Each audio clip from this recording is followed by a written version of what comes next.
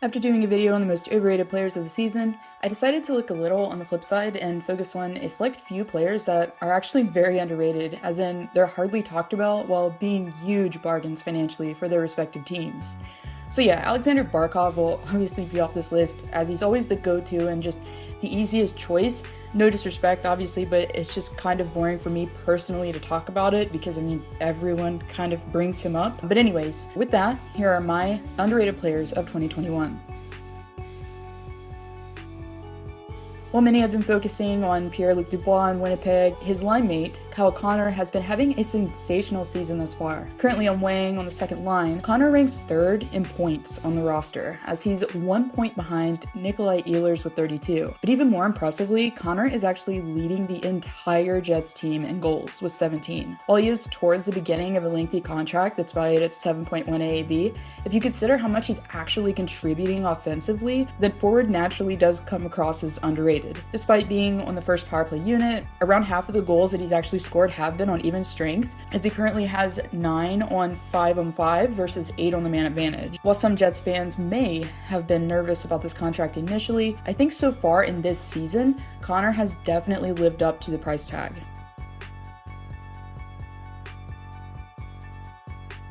So definitely a guy here, in my opinion, that's very underrated, and he has been for a long time. Obviously, Pavelski struggled last season trying to acclimate with his new team, but really made an impressive comeback in the bubble where he had 19 points in 27 games played.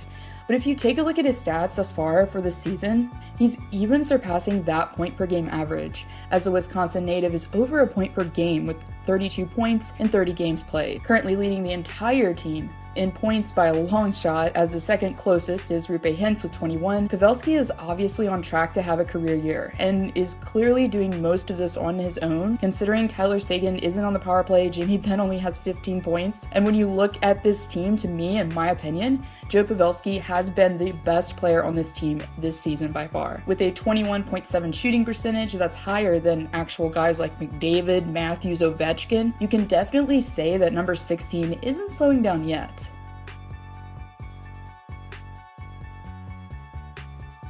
If you watched a video I made initially at the beginning of William Nylander's contract, you'll know that at one point I did say he was overrated, as he struggled immensely in that first initial season, as his contract was super front-loaded as well. But obviously not being involved in training camp that season because of the contract standoff and everything, it probably had something to do with it. Anyways, in this 2021 campaign, Nylander has definitely been feeling it, obviously, offensively, as he currently has more goals than John Tavares, who is making almost twice as much as he is on the year, as Nylander's total salary for 2021 is actually only $6 million. So taking all of this into account and context, him being literally 3 points behind his captain either says he's very underrated or Tavares is overrated. Definitely one of the two there though. Another stat which I found very impressive with him is he actually has a higher shooting percentage than Tavares and Mitch Marner as well, with 14.6%. So this is a guy who has averaged 16 minutes of ice time, and he's tied for having the second most goals out of the whole team. So yeah,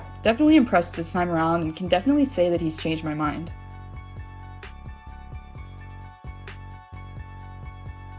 I know a lot of people are going to see this and think, oh, well, he's just here because of McDavid. While Nurse is playing with the players who are, top 2 in points in McDavid and Draisaitl, if you look at a lot of the goals that Nurse has actually scored so far, as he currently has 11, every single one is on even strength, and several aren't assisted by either player. I mean, the guy literally has a higher points percentage right now than Johnny Gaudreau, a player that had 99 points on his season at one point. Obviously, the Oilers, as a whole, are being very successful, but for the defenseman who has 26 points out of 35 games played, 60 blocked shots on the season, it's pretty obvious that for $5.6 million a year, having supplemental scoring like this, I mean, the guy can fight, play physical.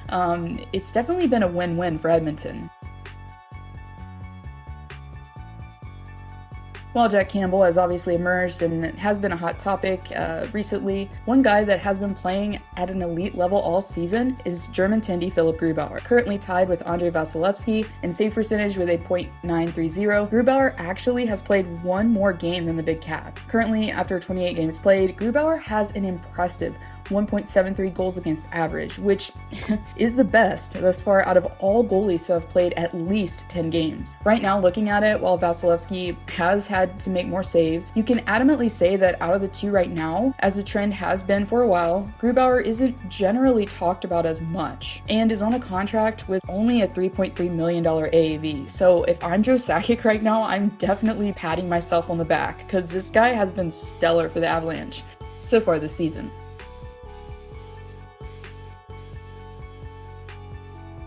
Currently tied for 6th in points league-wide, the Knights' first captain has been having an amazing season thus far. With 39 points and only 31 games played, Stone has been the best player up front for Vegas. This guy can literally do it all. I mean, if you just look at it, okay, he's literally tied with Austin freaking Matthews for points per game with a 1.26. And he's on a contract with only a $9.5 million AAV, so comparatively. But not only can Stone put the puck in the net on the daily, but he also has an impressive and impeccable ability to create turnovers and take away the puck from the opposition, as the forward currently has 32 takeaways on the season, which is close to being a 2-to-1 ratio. That's more than twice of what Patrice Bergeron has right now in the season, who is the usual Selke go-to and has been for years. And to beat it all, with all due respect, he's playing on the first line with Chandler Stevenson and Max Pacioretty, who are good players, but they're not,